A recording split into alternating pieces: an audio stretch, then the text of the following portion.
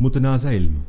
وَإِنَّ الَّذِينَ أُورِثُوا الْكِتَابَ مِن بَعْدِهِمْ لَفِي شَكٍّ مِّنْهُ مُرِيبٍ. یہ سب سے خوف پیدا کرنے والی آیات ہیں.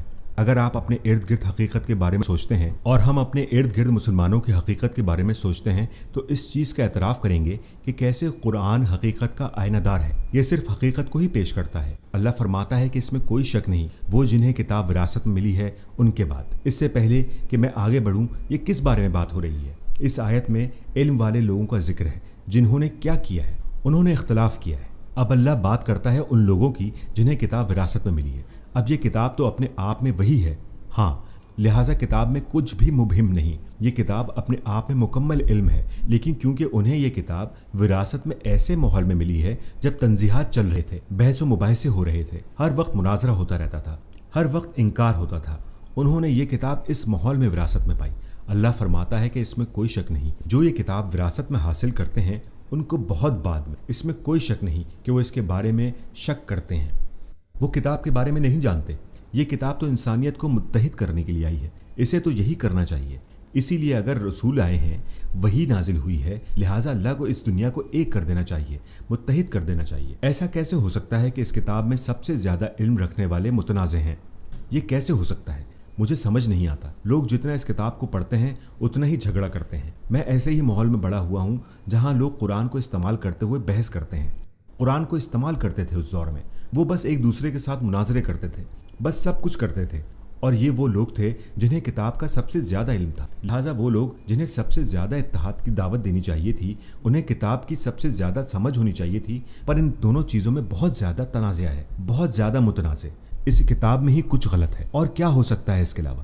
اگلی نسل کے لوگ اسے پڑھنے کی زحمت تک نہیں کرتے. میں ان جیسا نہیں بننا چاہتا. میں کیوں پڑھوں تاکہ میں ان جیسا بن جاؤں؟ مجھے اس کی ضرورت ہی نہیں. بھول جاؤ اسے، میرے اس سے کوئی لینا دینا نہیں. وہ اپنے ہی بارے میں شک میں مبتلا ہو جاتے ہیں. وہ ایک قدم مزید پیچھے لیتے ہیں اور وہ عالم بن جاتے ہیں. مذہبی عالم نہیں، غیر مذہبی عالم، مذہب کے خلاف. لہٰذا اب اس دنیا میں بہت سے ایسے مسلمان آباد ہیں جو کبھی بھی مسجد نہیں جاتے. وہ آپ کو مطمئن بھی کرتے ہیں کہ کیوں نہیں جانا چاہیے. وہ کہتے ہیں یہ لوگ، یہ ملا ہر وقت ایک دوسرے سے جھگڑا کرتے رہتے ہیں، اور یہ تمام متعصب ہیں، یہ صرف ایک دوسرے سے نفرت کرتے ہیں، اور یہ تمہیں پرکھتے ہیں اور تمہیں نیچا دکھاتے ہیں، اور یہ سوچتے ہیں کہ یہ سب سے افضل ہیں، کہ یہی ہیں سب سے زیادہ نیک اور اللہ کے قریب. مجھے ایسی کوئی نفسیاتی بیماری نہیں ہے، مجھے اس چیز سے کوئی لینا دینا نہیں ہے. اس لیے میں کہتا ہوں کہ مذہب انسان نے بنایا ہے. یہ لوگ جو مذہب کے پیشوا ہیں، یہی لوگ اس چیز کا ثبوت ہے کہ مذہب انسان نے تخلیق کیا ہے. یہ ان کا جواز ہوتا ہے. دوسرے لفظوں میں، علم والے لوگوں نے مسلمانوں کی بہت بڑی تعداد کو اسلام کے بارے میں متجسس ہونے سے روک دیا ہے. مسلمانوں کی بہت بڑی تعداد کو. بہت سے مسلمان لوگ اس دنیا میں موجود ہیں. یہ کیا ہے؟ اور حتیٰ کہ ماشاءاللہ بہت سارے لوگوں نے نماز بھی ادا کی ہوئی ہے. اور کتنے مسلمان ہیں جو رچرڈسن میں رہتے ہیں جنہوں نے مسجدوں کو دیکھا تک نہیں. وہ یہاں نہیں آتے، اور وہ یہاں آنا ہی نہیں چاہتے، کیونکہ انہوں نے کچھ ایسی چیزیں سوچ لی ہیں. ہو سکتا ہے کہ جو انہوں نے سوچا ہے وہ غلط نہ ہو، کیونکہ انہوں نے مسلم ممالک میں بڑے ہوتے ہوئے وہ سب کچھ دیکھا ہے، یا انہوں نے مسلم گھرانے میں پرورش پاتے ہوئے سب کچھ دیکھا ہے. انہوں نے کچھ ایسا دیکھا ہے جس نے انہیں دین سے متنفر کر دیا ہے. ہم ایک دوسرے سے مناظرہ کر سکتے ہیں، اور اللہ فرماتا ہے کہ یہ قیمت ہے جو تمہیں آخرت میں ادا کرنی ہوگی. کیا میں نے تمہیں آخرت کے بارے میں اپنا فیصلہ نہیں سنایا؟ تمہارے معاملے کو دیکھا جا رہا ہے. دوسرے لفظوں میں، جہنم کی آگ کی طرف اشارہ دیا جا رہا ہے. اس دنیا میں ہمیں ایسا کرنے پہ کیا قیمت چکانی پڑتی؟ جو قیمت ہم ادا کرتے ہیں، اللہ فرماتا ہے وہ ہے ہماری اگلی نسل. اس طرح سے بحث کرنے کی قیمت اس تنازع کی قیمت ہے کہ اگلی نسل اسلام کے بارے میں غیر یقینی کی کیفیت میں ہے. وہ مطمئن ہی نہیں ہے. میں آپ کو بتاتا ہوں، یہ اتنا دیکھا ہے جتنا میں سوچ بھی نہیں سکتا. جیسے میں بڑا ہوا ہوں، خطبے میں سنتا تھا کہ جب کوئی اسلام میں آ جاتا ہے تو وہ اسے کبھی نہیں چھوڑتا، چاہے ان کے سینوں پہ کوئلے رکھے جائیں، چاہے انہیں زندہ جلایا جائے، چاہے ان کی چمڑی ادھیڑ دی جائے. جب کوئی اسلام کو قبول کرتا ہے وہ اسے کبھی بھی نہیں چھوڑتا. میں یہ سب سن کے بڑا ہوا، اور میں اس پر یقین رکھتا تھا جب تک میں نے امریکہ میں رہنا شروع نہیں کیا تھا. میں نے نوجوان بچوں سے ملنا شروع کیا، 15-16 سال تک کے. میں نماز پڑھنا نہیں چاہتا. مجھے نہیں لگتا کہ کوئی خدا ہے. مجھے نہیں لگتا کہ کوئی میری دعاؤں کو سنتا ہے. میں اسلام کے بارے میں یقین سے کچھ نہیں کہہ سکتا. مجھے نہیں لگتا کہ خدا کی کتاب ہے. ملک بھر میں ایک کے بعد ایک، اور وہ میرے پاس نہیں آتے تھے. وہ مجھ سے ڈرتے تھے. ان کے باپ انہیں زبردستی میرے پاس وہ واقعی انہیں دھکیلتے تھے، بیٹھو ان کے ساتھ. اور میں معافی مانگتا تھا کہ معاف کرنا بھائی، آپ کی امی نے آپ کو یہاں بھیجا ہے، خیر چلو کچھ بات کرتے ہیں. اور وہ بات شروع کرتے کہ ہاں پتہ ہے میں اسلام کے بارے میں یقین سے کچھ نہیں کہہ سکتا، اور آپ حیران ہوں گے یہ کہاں سے شروع ہوا۔